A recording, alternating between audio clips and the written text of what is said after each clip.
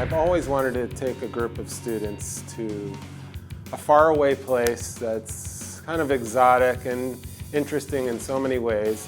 It was important to me when I started writing for young readers that I include stories that had a magical element, but didn't necessarily take them out of their urban environment, but gave multicultural children a chance to have the same amazing adventures as other kids. This is probably the 4th largest park in New York City. Most people have never heard of it because it's outshadowed by Central Park. They're not responding to drugs, the pain is ruining their lives, and these people are desperate for another form of treatment. By the time this show is done, the audience, they're going to feel it. Their calves are going to burn. You know, it's an exercise. They're going to appreciate just what it is to be an actor. It's not just standing up there and reciting lines.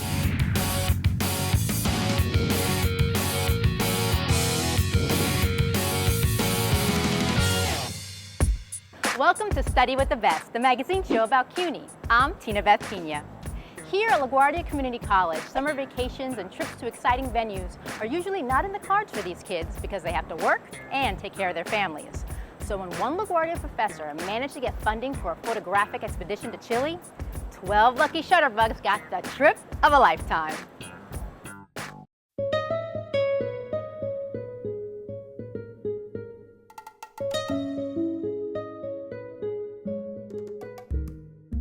This trip all began many, many years ago in a way, because it's a dream of mine. I've always wanted to take a group of students to a faraway place that's kind of exotic and interesting in so many ways. So South America was the destination. The cities, Santiago, a growing city, Valparaiso on the coast, a beautiful, really interesting city, and then head to the south, move to Patagonia, to the Andes, to the mountains, to the fjords, waterfalls, guanacos, wildlife, really interesting people.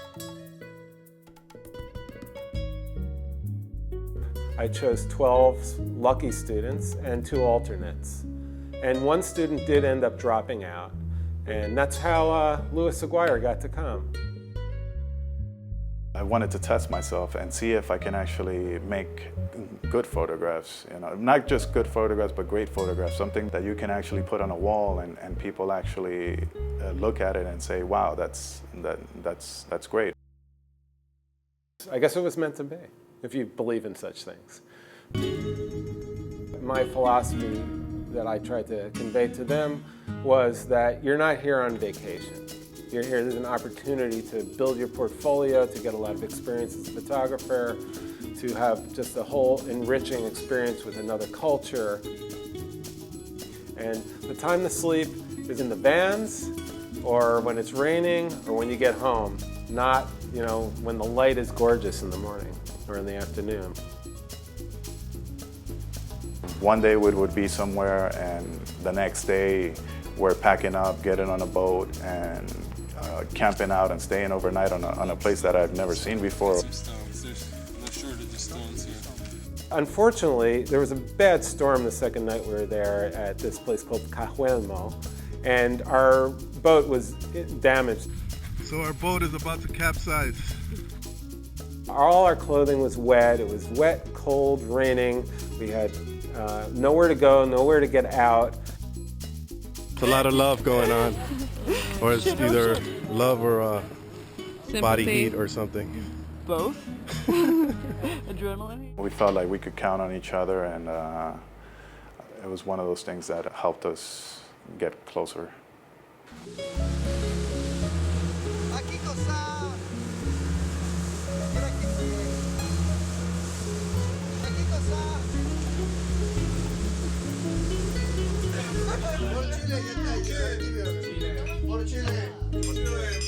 Patagonia.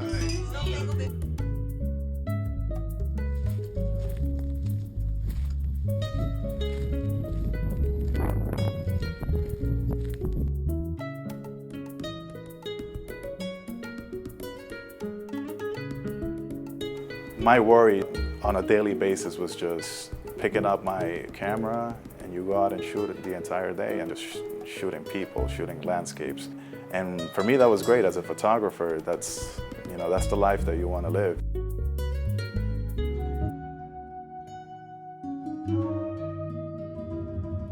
The culmination of their trip was then put up on the walls here. It's all about sharing with the college community because they're a select group. There were only 12, and this is a big college, LaGuardia, and the other students here deserve to get a taste of what these students did.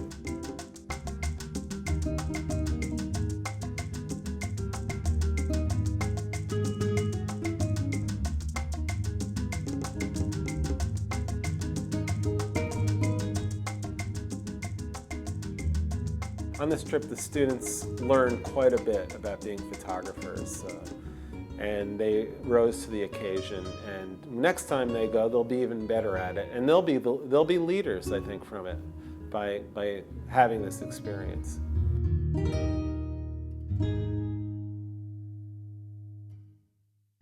Great moments in CUNY history.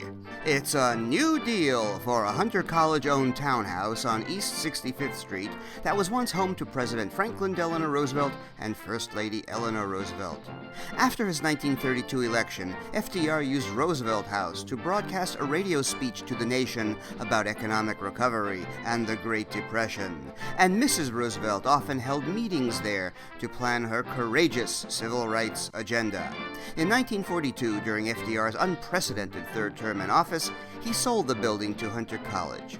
Today, under CUNY Chancellor Matthew Goldstein, the Roosevelt House Public Policy Institute at Hunter College is newly renovated with an auditorium and study center. Its recent distinguished guests include His Holiness the Dalai Lama. And honoring the intent of the former President and First Lady, Roosevelt House continues to study and advocate for human rights.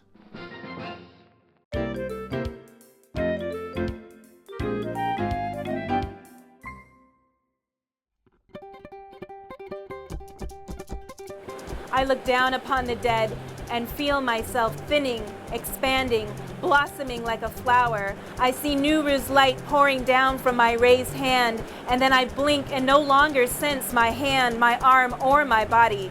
I am filled with light. I am the light.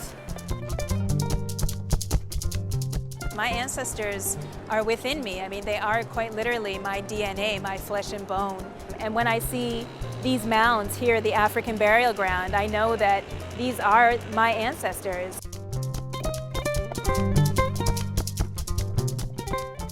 My name is Zetta Elliot, and I'm an assistant professor in the Center for Ethnic Studies at Borough of Manhattan Community College, and I'm also the author of 3 books for young readers. Ship of Souls is my second novel for young readers. And I just always thought, it would be so amazing to do something around the Revolutionary War, something around the soldiers that died in what is now Prospect Park. And I started to get a number of different signs. I found some cowrie shells in the street. And I found out that when they were excavating at Ground Zero, they actually found an 18th century ship. So I had my ship that was underground, and I just needed passengers who were underground, and that led me here to the African burial ground, where up to 15,000 free and enslaved Africans were buried until about 1794. It was important to me when I started writing for young readers that I include stories that had a magical element, but didn't necessarily take them out of their urban environment, but gave multicultural children a chance to have the same amazing adventures as other kids. And I find that that's one of the most challenging but also the most rewarding aspects of teaching and writing about slavery, is to create characters who are sympathetic not simply because they're suffering and they're victims, but characters that young people can relate to because they can imagine themselves in that scenario. Heads bowed, arms folded across their chests like mummies from ancient Egypt. They are skeletons. Bleached bones glow like polished ivory in the dark, but they sway with the grace of 15,000 dancers. As we draw closer, we see among their bones strands of blue beads, gold buttons, cowrie shells, and coins, all the reminders of home that have endured over the centuries. it's important to me to start writing realistic urban fiction so that young readers open up the book and recognize the landscape and recognize themselves in those characters, right? It becomes the mirror. And then in addition to the mirror, you present the window. So you start with something they recognize, and then once you've got them hooked, then you can get them to continue looking and searching, and they'll go with you. I work very closely with the Brooklyn Public Library. They're absolutely fantastic, and they really believe it's important to bring writers of color into schools so that children can see that African American writers exist and that we write, engaging material. I lift my head above the dry brown leaves and look for the root I must have tripped over. Then something pinches my calf, and I cry out, mostly in surprise. Dee, you all right? I hear Nyla's voice, but before I can even think of an answer, something bites my leg. I roll over and find the weirdest trap I've ever seen, clamped down on my left calf. It looks like the jawbone of a wild animal or a really big dog, except that along with pointy teeth, the jaw is lined with curved bits of metal and the sharp talons of a large bird.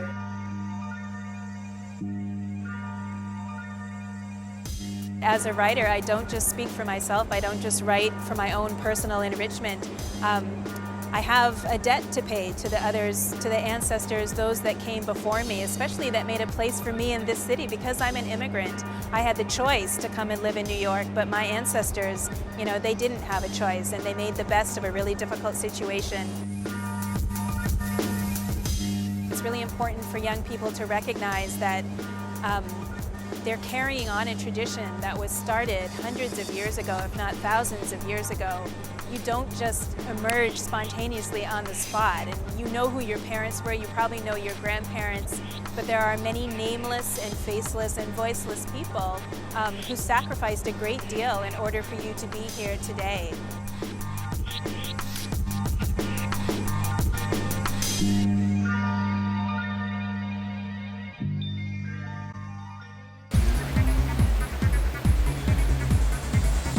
More on the way, but first, a message from the Chancellor.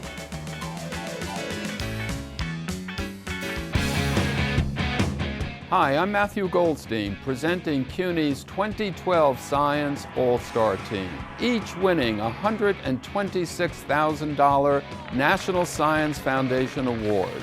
From Baruch College, Belen Siguera Carrillo. From City College, Deborah Ayene, Teresa Carranza Fulmer, Charlie Corridor, Jamila Kester, Christy Sukdeo, and Zvi Fishman. From the CUNY Graduate Center, Andrew Fulmer. From Hunter College, Carolina Salguero, Jimena Santillan. From the Macaulay Honors College at City College, Jae-Song Han, Christopher Hugh, and Stephen Ma. And the Macaulay Honors College at Hunter College, Vivian Baldessari and Vincent Way. And from York College, Kirk Haltofterhide. CUNY's Science All-Stars, like our Yankees, hometown champions.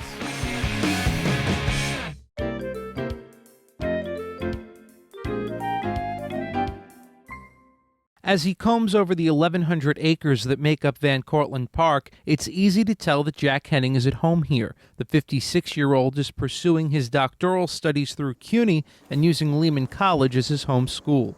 After a few overseas thesis proposals fell through, Jack decided to study something a little closer to home.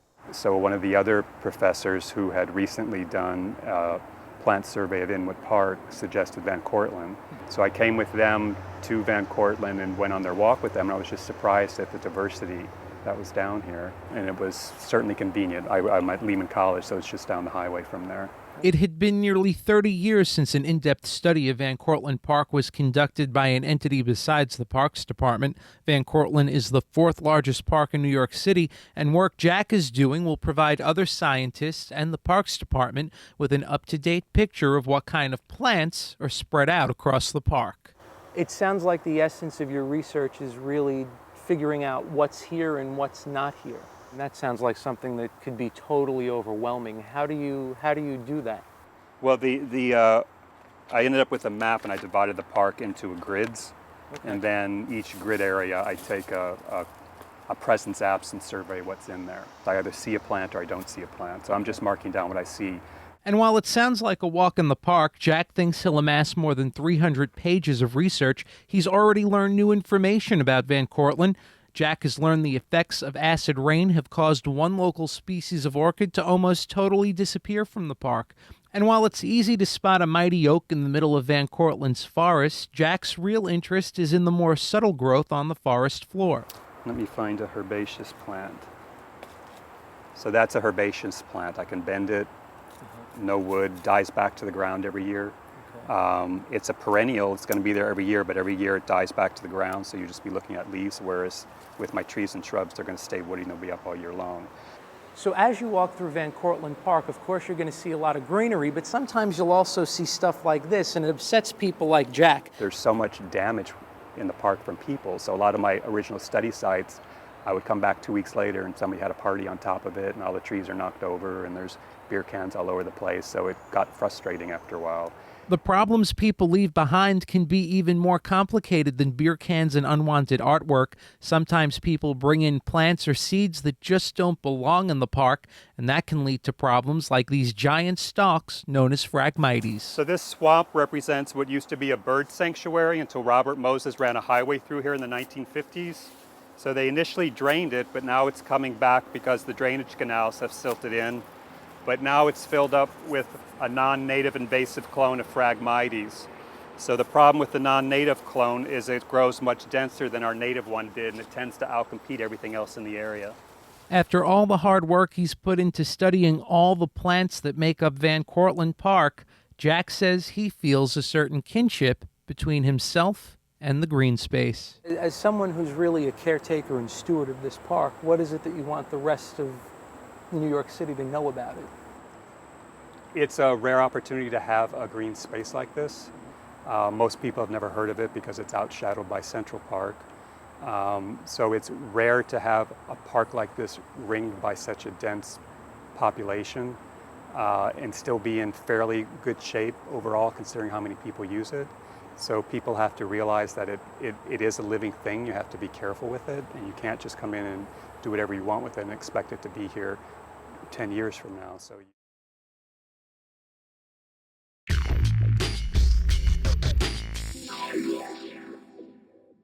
I'm Barry Mitchell.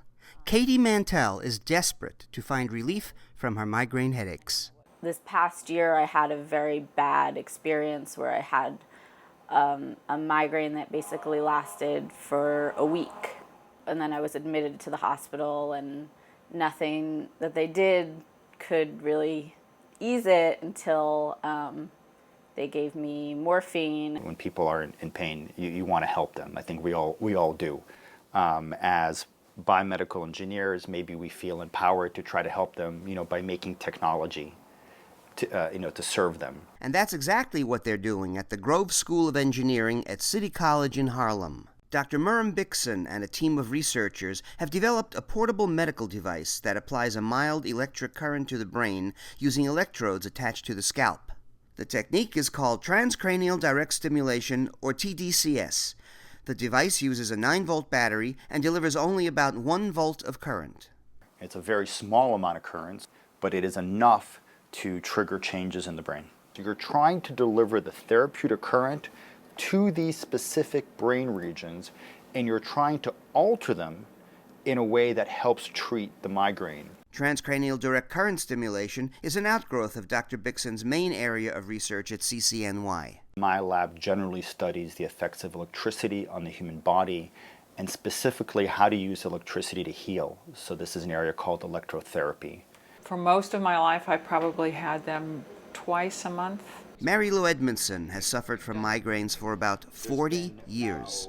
I have always taken Traxament, which is a heavy-duty medication, but which also has a very kind of unpleasant after effect. They're not responding to drugs, the pain is ruining their lives, and these people are desperate for another form of treatment. And what does treatment feel like? Assuming you feel anything, you're going to feel some tingling. Ultimately, we would like to see a device that people can use at home. which would be very different than this device. It would be much more user-friendly, probably have a lot less knobs. But it's still a few years away from market. This device is for investigational use only, and I think that's really important to emphasize right now. This is still in clinical trials. Mary Lou and Katie have not yet used the device, but Dr. Bixson says clinical trials have demonstrated that TDCS treatments on patients reduce both the duration and intensity of attacks.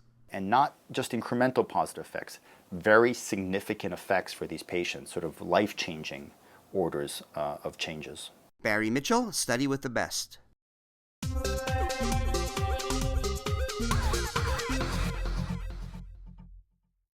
Cawdor shall sleep no more. Macbeth shall sleep no more. My name is Matthew Baguth, and I'm playing Macbeth. My name is Shawnette Wilson. I play Lady Macbeth. My name is Thomas Stagnita. I am playing Banquo. My name is Ralph Carhart, and I am the director. Oh, come in, great equivocator! Knock, knock. 1,000 years from now, there will be so much of what we do and what we say in this world that will no longer exist. We'll have no idea, what an iPod is 1,000 years from now, but we'll still be doing Shakespeare. Prithee, go with me. There are different kinds of environmental theater. The kind that I like to do, it's referred to as promenade theater, in which the audience follows the show. As soon as you get someone up off their butt, they're automatically utilizing more of their senses. They're utilizing more of their brain. When you make them follow the story, when you bring them into the story, they become so much more involved. The king stands not within the prospect of belief, no more than to be Cawdor. Say from whence you owe this strange intelligence, and why upon this blasted heath you stop our way with such prophetic greeting. Speak, I charge you. This production is by far the most challenging production I've ever experienced or been a part of. The show takes place predominantly underneath the theater space in the catacombs of Queens College. We're bringing the audience into a restricted part of the campus.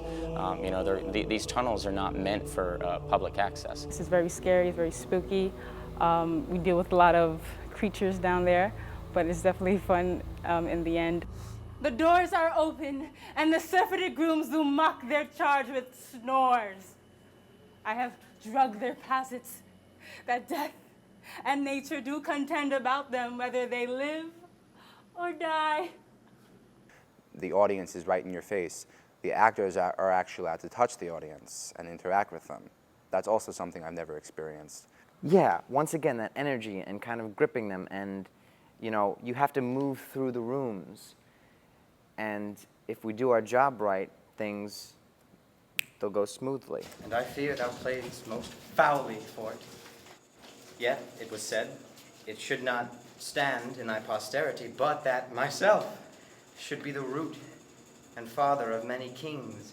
By the time this show is done, the audience, they're going to feel it. Their calves are going to burn. It's an exercise. They're going to appreciate just what it is to be an actor. It's not just standing up there and reciting lines. It's an exercise. It's work. When the lights go up, and the sounds and the mics are up, and all that stuff comes together, the collaboration, all that hard work, it's so worth it. I can't imagine doing anything else. Taking the people in the show and being able to go into a separate world with them. And so when you come back from that, and when they come back from that, hopefully there'll be renewed energy. It's fun being that malicious and that devious and that sexy and that controlling. I decided to audition because I wanted to try doing Shakespeare and just see if I could do it and see if it could be a part of my professional life. And I definitely think it's something I want to do for the rest of my life now. I got the bug. They're just so enthusiastic about this project, and they've thrown themselves in it so completely that this particular production has been a joy to me from the beginning to the end. Will all great Neptune's ocean wash this blood clean from my hand? No. This my hand will rather the multitudinous seas incarnadine, making the green one red.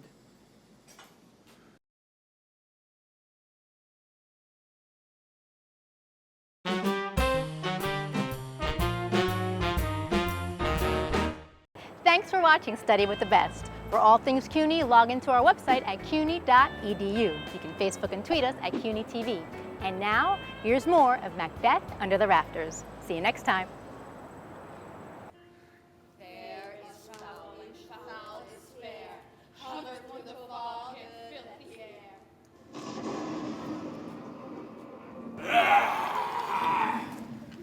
What bloody man is that? He can report, as seemeth by his plight, of the revolt, the newest state. This is the sergeant who, like a good and hardy soldier, fought against my captivity. Hail, brave friend! Say to the king the knowledge of the broil as thou didst leave it. Doubtful it stood, as two spent swimmers that do cling together, choke their art. Merciless McDonald, worthy to be a rebel, into that at fortune, on his damned quarrel smiling, showed like a rebel's hope. All's too weak.